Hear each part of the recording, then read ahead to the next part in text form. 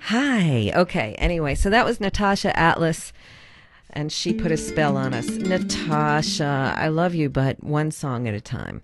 Okay. So we're listening to, all of us, I'm listening. I have my headphones on, so I'm listening with you to WBAI. I'm Delphine Blue, and this program is called Shocking Blue, heard on Thursdays and Fridays sometimes Fridays only, sometimes Thursdays and Fridays, from 10 a.m. till noon. And I have a couple of guests in the studio that I'm so happy to have here today. Let me introduce to you Tamara Greenfield of FAB, Fourth Arts Block, and Heather James of the White Roofs Project.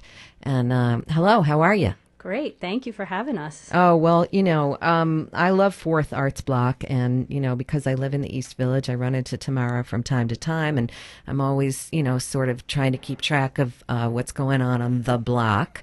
Yes. And the last time I ran into you, you told me about the White Roofs Project. So for folks who don't know about FAB and Fourth Arts Block, why don't you tell them what that is? Sure. FAB is a coalition of arts organizations in the East Village. It was started just on East 4th Street to save arts buildings that had been in use for decades on month-to-month leases with the city. And in 2005, the city sold the arts groups their buildings for $1 each. And now the buildings are protected for nonprofit arts use forever. So it's really an amazing legacy for the city and for our community.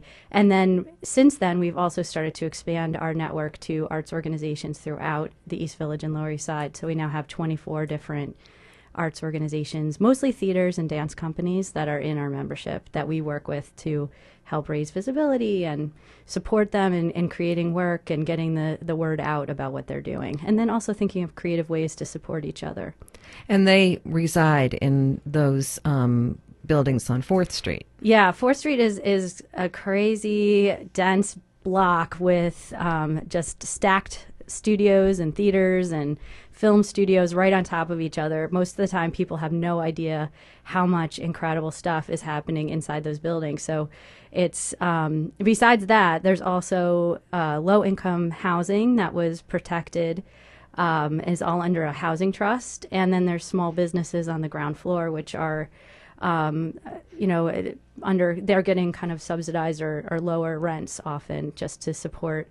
So there's a lot of artisans and like there's Barbara Sham who's been making sandals for almost for like 45 years. So we have this really interesting and eclectic mix that I think kind of represents the best of what New York. And the food co-op. Right. We have the food co-op. Who I just found out listens to my show. They play my show in the food co-op. So I'm pretty flattered on top of them being a food co-op that's been there. I didn't realize that these protections only went back to 2005. Yeah, I mean, they had been in the buildings since the 70s, the arts groups, but they had month-to-month leases. So really, they just kind of homesteaded as much as they could without any real protection. So, the arts groups, like artists do everywhere, they kind of by hook and by crook made these spaces into usable theaters and studios, and but with their sweat equity. But they could have been kicked out at any time. So it wasn't until 2005 that they actually got the deed and also all the bills. So now they're responsible. And that's sort of what brought us to White Roof Project and some of the other initiatives that we're doing is that clearly, times are tough and it's going to be harder and harder for arts groups to get money and sources of support for their work from the government and from other sources. So we also had to start looking at like the entire picture. And of course, we all want to create a better and sustainable city, but we also have to come up with sustainable models for our own organizations to survive. So bringing costs down is a really important effort that we can do collectively, particularly since we're so, tightly packed into these buildings. So we started looking at how could we lower our energy bills? How can we be more energy conscious? How can we reduce waste? How can we share resources? And so that's something that we've been really focused on for the last year and a half. And then in the last, I'd say 6 months, 3 months, we started having a series of conversations with a whole group of environmental organizations through Go Green Lower East Side, which is a Manhattan Borough President Scott Stringer initiative. And we're making East 4th Street a model green block. So we're going to be looking at how do we match all these different kinds of programs to meet the needs of our community. Well, now this is a nice segue for Heather, but I just want to say that I ran into you less than a week ago, and you were telling me about this, and it sounded too simple to be possible. Yeah. And so that is why I invited you. So Heather James, tell us what your title is and your involvement with the White Roofs Project and about it. All right, so I am executive director at the White Roof Project. We're actually an all-volunteer organization that started about a year ago, and we sort of had the same feeling when we first heard about white roofs. We heard about it at a Sierra Club meeting, and myself and our founder, who's a filmmaker by trade, said, "Really? That's it? That can't be true." So we just wanted to do one project, and we went out and we found the historic Bowery Mission, also down in the same area where Tamara is, and we thought we'd paint just that roof. We did it, and we had 150 people show up to coat the Bowery Mission to help lower energy bills and reduce climate change, and we thought, wow, this has such momentum. People are so interested in this.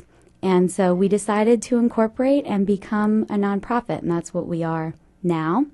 We have a 3-part mission, which is to educate folks about the white roof concept, to attract volunteers to do painting, and to chapter.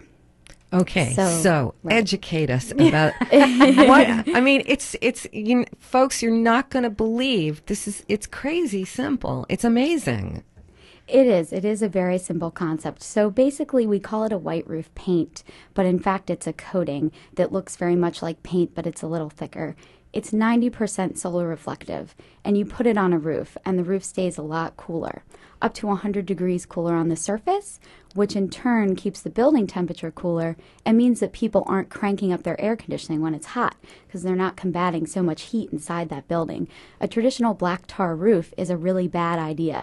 And New York City is 12% rooftops, a lot of them flat black tar roofs, this old style of building. Hence Tar Beach. Yeah, exactly. They're just sucking up that sun. And in a place like the Lower East Side, where there's a lot of tenement housing, a lot of low rise, flat buildings, we actually see the city being even hotter due to sort of environmental injustice, a lot of impervious surfaces. And so doing a whole block white can actually lower the ambient air temperature of the entire block, which is just insane that just changing the color of roofs can do that. But it really does have an impact on what's called the urban heat island, which is that effect of heat getting trapped in cities and not being sent back out to the atmosphere. So you have all these dual benefits. You have up to 40% reduction in energy costs. You have fighting the urban heat island, which helps curb climate change. And then you also have helping low-income housing, nonprofit buildings, like what we're doing on the Lower East Side. And you can do all that by getting volunteers on a roof and just literally sticking rollers in a bucket of coating and doing a couple coats of this white solar reflective substance. Now, there's one point I would like to make because I'm a little hip to some tricks that landlords play. There's something that landlords can do called capital gains improvement to a building, which is something that benefits the entire building, and thereby they are allegedly justified to raise rents to cover the costs. But tell us how costly it is to do this process that you're talking about. Right. Thankfully, this is actually cheap, and it's one of the reasons why we've sort of gotten behind this as opposed to green roofing, which we do support. But as a group of sort of grassroots activists, we are always looking for cost effectiveness. And really, we're talking about, when we did the Bowery 10,000 square foot roof, this ended up costing us about $3,000. So it's very cheap. You can pay about $100 for a huge bucket of this paint. It's a lot less expensive than something like a green roof or than other energy retrofits. So yeah, it's probably not particularly for a small building, a building that a landlord might own. You might be looking at, the average cost is somewhere like $1,000, $1,500. This is probably not going to get you over that threshold where you're talking about going, above the cap for rent fee control. there was another. Oh, so and how would it affect a building in the wintertime? Is there any effect? That is a very good question and a common one. The white roof movement actually started in the South, in sort of, states like California, where they thought, let's just pave everything white, let's stop making things a dark color. And then Berkeley Labs did a lot of research, and it sort of spread. The sun is actually not that strong in a northern city in the winter, and it hits the roof at an angle. So you're not actually seeing heating effects by black tar having sun on it in the wintertime. There's also times when the roof is covered with snow, right? So then your black tar is completely negligible, but it just doesn't do too much, the heating. So you make up for that and more by having this roof be white in the summer. There actually are studies, how far north can we go and still have white roof make an impact. New York City is one of the more northern cities. It's particularly important in New York City because it is this huge urban metropolis where we really have a problem with the urban heat island and all of that heat trapping. Yeah, and it goes beyond that because because everybody's kind of struggling right now. A lot of people aren't getting to take vacations. And, it's just common sense that if you don't get out of the city for a little while during the summer, you will go crazy. I mean, if I was ever going to do a thesis, that would be the topic, and I know I could prove it.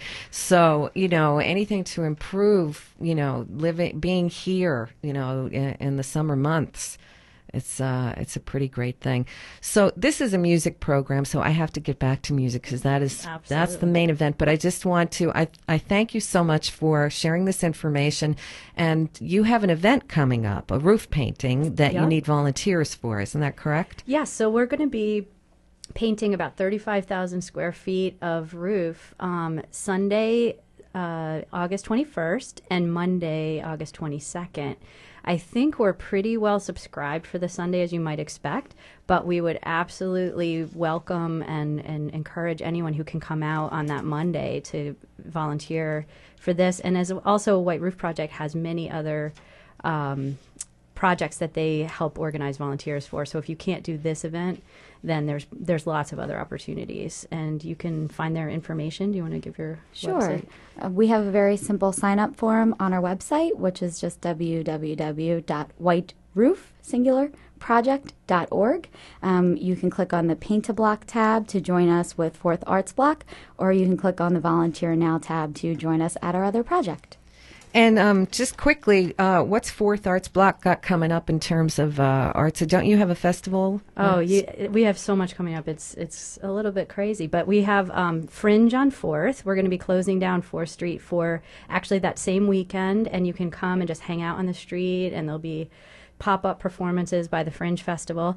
And also the following weekend will be closed. And then eventually in the end of September, we'll have our festival, which will be outdoor stages with lots of performances, all free. So all the different arts are incorporated. Exactly. Yeah, everybody is represented. There's drawing and painting, and there's dance and music and theater and film, and absolutely, it's all happening on the Fourth Arts Block. Exactly. So Tamara Greenfield and Heather James, thank you so very much for coming by and giving the WBAI audience this valuable information.